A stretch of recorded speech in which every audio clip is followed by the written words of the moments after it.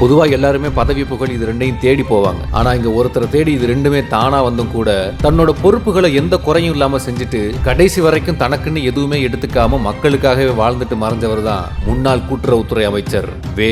தங்கபாண்டியன். அடிமட்ட தொண்டரும் தலைவராகலாம் அப்படின்றதுக்கு ஒரு உதாரணமா எல்லாரும் திமுகவை சொல்லுவாங்க. அதுலயும் அப்படி தலைவரான ஒருத்தருக்கு உதாரணமா தங்கபாண்டியன் அவர்களை தான் எல்லாரும் கை காட்டுவாங்க. 1933ஆம் ஆண்டு வேலுச்சாமி வேலுநாச்சியார் தம்பதிக்கு 2வது மகனாக பிறந்த இவர் பள்ளி பருவத்திலிருந்தே சமூகம் பற்றிய சிந்தனையோடு வளர்ந்தவர். மதுரை தியாகராசர் கல்லூரிக்கு பட்டப்படிப்பு படிக்க போனவர் கூடவே திராவிட மாணவர் மன்றத்தில் இணைஞ்சு அரசியல் பாடமும் படிச்சார். பேரறிஞர் அண்ணாவையே கூட்டிட்டு வந்து கூட்டங்களையும் நடத்தினார். படிச்சு முடிச்சு மல்லாங்கனர் பகுதிக்கு ஆசிரியர் வேலைக்கு போனாலும் கூட தன்னோட அரசியல் பணியில குறை வைக்கல. அண்ணா சொன்ன சுயமரியாதை, பெண் விடுதலை, சமூக நீதி இத்தனைக்கும் எடுத்துக்காட்டா வாழ்ந்து காட்டினாரு நம்ம தங்கபாண்டியன். கட்சியில முழு நேர ஊழியரா ஆகிறதுக்கு முன்னாடியே தொடர்ந்து கட்சியோட கொள்கைகளை மக்கள் கிட்ட கொண்டு போற பணியை வீரியமா செஞ்சாரு திரு தங்கபாண்டியன். அதோட நிறுத்தல. தன்னோட ஆசிரியர் பணியிலிருந்து விலகி மக்கள் பணிக்காக கட்சியோட முழுநேர பணியாளராக உருவெடுத்தார். 1967 திமுக ஆட்சிக்கு வந்த பிறகு தனக்கு ஒரு நல்ல படித்த இளைஞன் மேலவைக்கு தேவைன்னு எஸ். தென்னரசுவிடம் அண்ணா கேட்க துடிப்பா நம்ம கிட்டேயே ஒரு ஆள் இருக்குன்னு தங்கபாண்டியன் அவர்களை கொண்டு வந்து நிறுத்தினாரு தென்னரசு. அண்ணா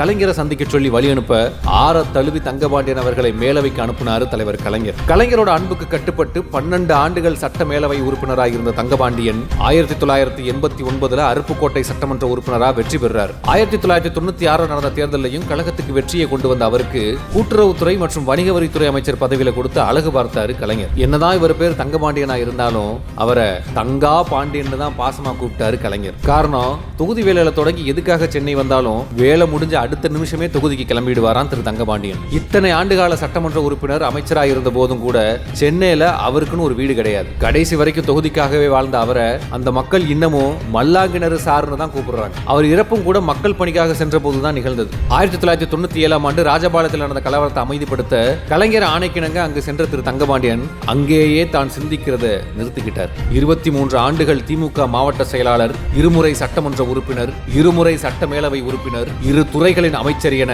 மக்களுக்காகவே தன் வாழ்நாளை தியாகம் செய்த திரு தங்கபாண்டியன் இன்றும் மல்லாங்கிணறு சாராகவே தமிழக மக்களின் நினைவில் வாழ்கிறார், என்றும் வாழ்வார்.